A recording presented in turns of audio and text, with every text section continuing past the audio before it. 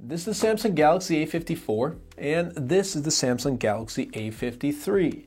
And the A54 has some upgrades over its predecessor, the A53, and we're going to talk about all of those things right here. So without further delay, let's dive right in. Starting off with design, the Galaxy A54, it gets a pretty significant upgrade, especially in design. When you look at it, it looks like a Galaxy S23, very reminiscent. And this is the design that they're going with all of their models, A models and S models. Now, the Galaxy A53 right here, it definitely felt much cheaper with its plastic back design and its pronounced camera module. I didn't like this camera module at all. However, Galaxy A54, it gets rid of all of that with a glass back, and it doesn't have a big camera bump. Yes, it has individual camera cutouts for the modules, and they do extrude and they do come out, but that's okay. I like it. It looks like the Galaxy S23 series. Now, instead of what, just like we see on the S series phones, we only get 3 cameras right here. I like it. Good job, Samsung. In that department, like changing up the design and going towards a minimal route, absolutely like it. It's definitely more rounded too when compared to its predecessor A53. Everything else, we get the power button and volume buttons on the side. We have the sides right here are more of a matte finish with the A54, whereas A53, they're more of a glossy finish. Again, I don't really like how it's glossy. I'd like to have matte everything, but it's just right here. Anyway, overall, it's a visual difference when looking at the A54. Now let's flip to the front of the display.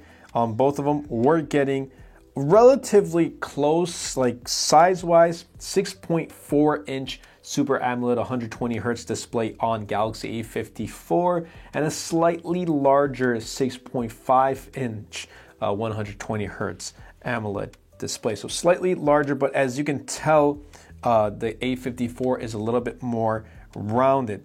So I personally just like the rounded corners and design of the phone rather than this boxy.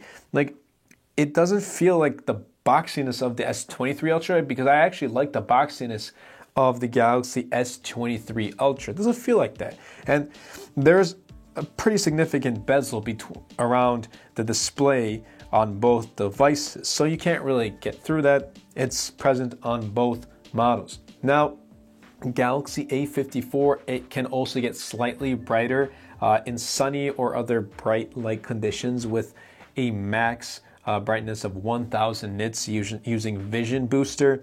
Granted, look, they're both really good displays. Absolutely love them. They're Samsung displays, so whether you're going to use either one to watch content, play games, surf the web, whatever it is, you can trust both of them. And I think that's one of the most important things, the display quality on a device. They don't really cut too many corners like their other competitions do. So good job in that performance. But overall, when it comes to design, I just like how Samsung has decided to go towards a more minimal route with the Galaxy A54 and kind of have it blend in with the S23 series. So good job, Samsung, in the design department.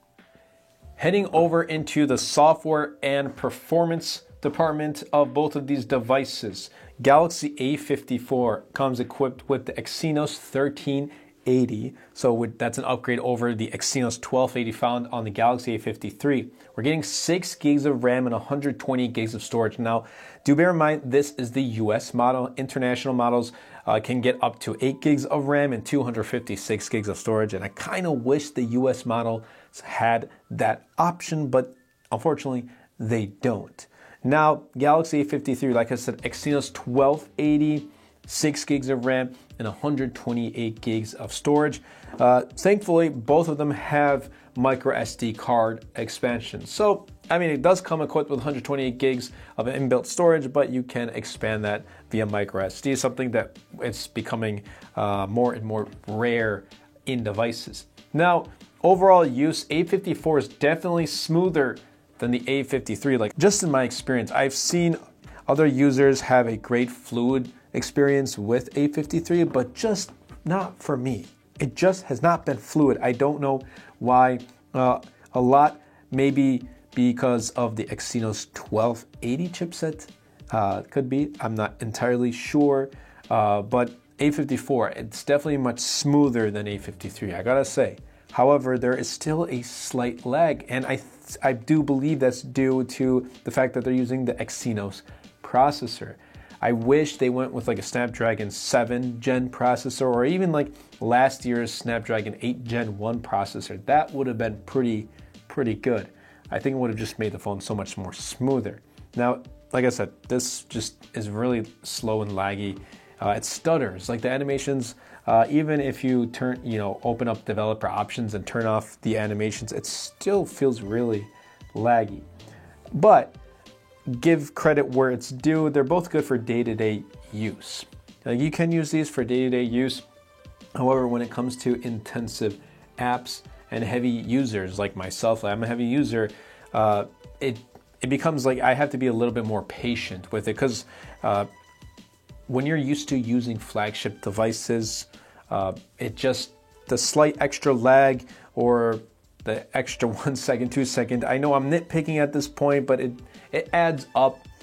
So if you're a heavy user like myself, or if you're using intensive apps, you're just gonna have to wait just a little bit longer. But for daily things like calling, emailing, texting, watching YouTube videos, it's not going to have any issue at all. You're just gonna come across some hiccups here and there.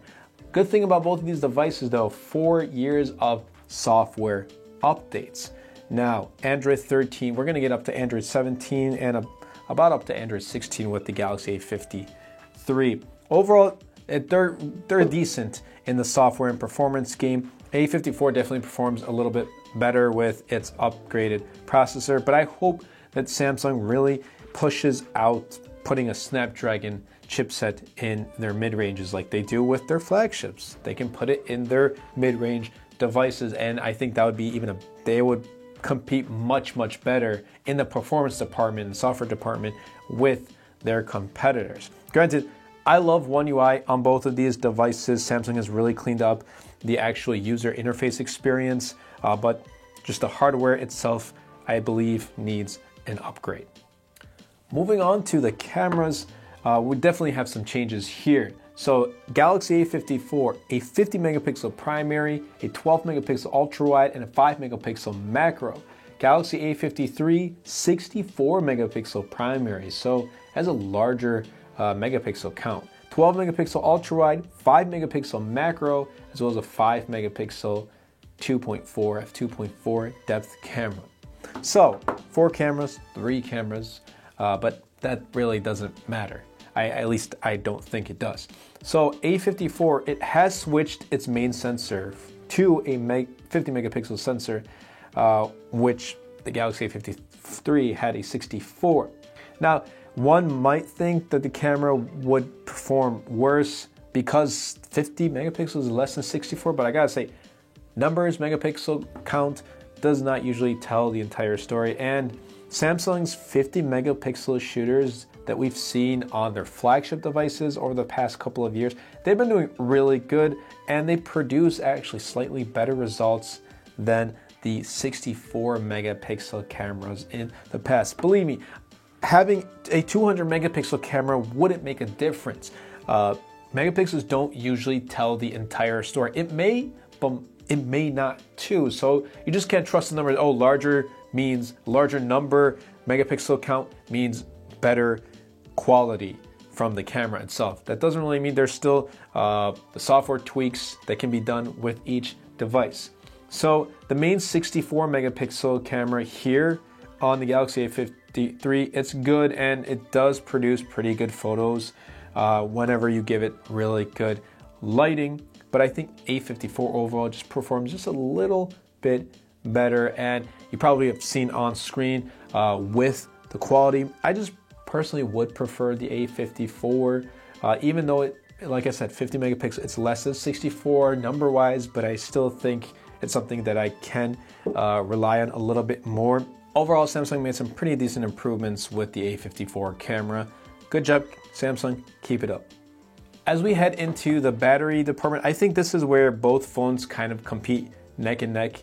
They both have 5,000 milliamp hour batteries. They're both 25 watts wired charging, no wireless charging. They both have great battery life, and they both get around 6 to 7 hours of screen on time. And I think for many, battery life is really important, especially these devices. They don't have the fastest wired charging, and they don't have wireless charging for those who use wireless charging. So you want a great battery life, great battery experience with your devices. Both of these devices perform really good.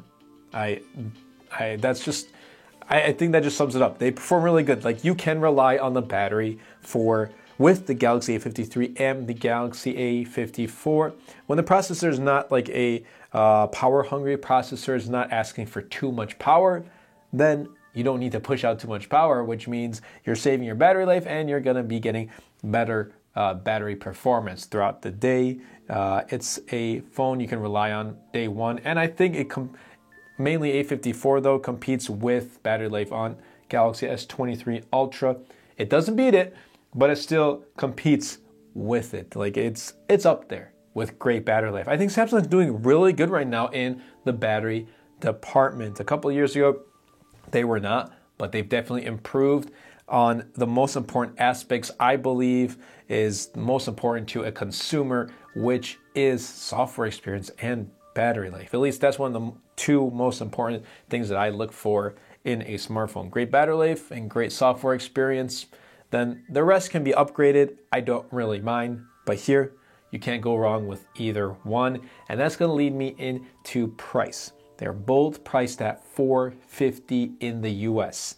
At least, well, when the A53 came out last year, $450, and now A54 is $450. And I'll be leaving a link of the Galaxy A54 in the description down below, because like, they're priced good when you want to compare it to its predecessors. $430 for the iPhone SE 3, I believe Pixel 6a, and now Pixel 7a is coming out. And don't worry, we're gonna have some comparisons with Pixel 7a and Galaxy A54, but that's also gonna be in like the $450 price range. We're gonna have a bunch of other mid-range competitors coming out later this year. If you want to see a bunch of mid-range devices on the channel, let me know in the comments down below. I kind of want to check out much more smartphones other than Samsung S series and iPhones and whatnot. Let me know in the comments down below.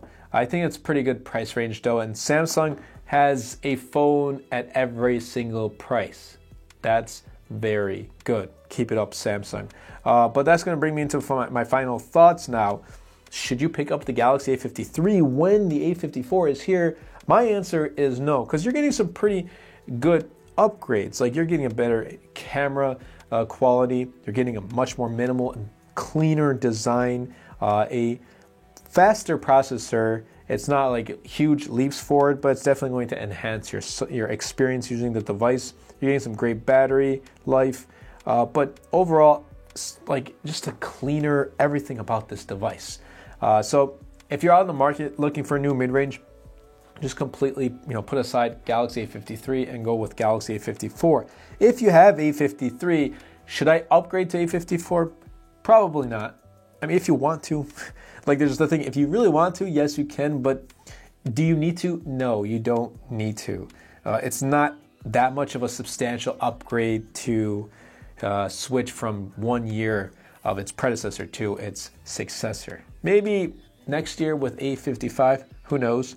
But with A53 to A54, I don't think there's a need of an upgrade. But that's really been it. Which device am I going to use? Obviously, I'm going to use the A54. I like the more minimal design. Like, I was not a fan of this design. Great phone overall, but design for me just was not good. But that's really been it for this video. I hope you guys did enjoy. If you did, be sure to superman that like button, comment down below, and best of all, share this video because it really does help out the channel a lot and will help push my content out to more people. That's been it for me, and I'll catch you guys in the next episode.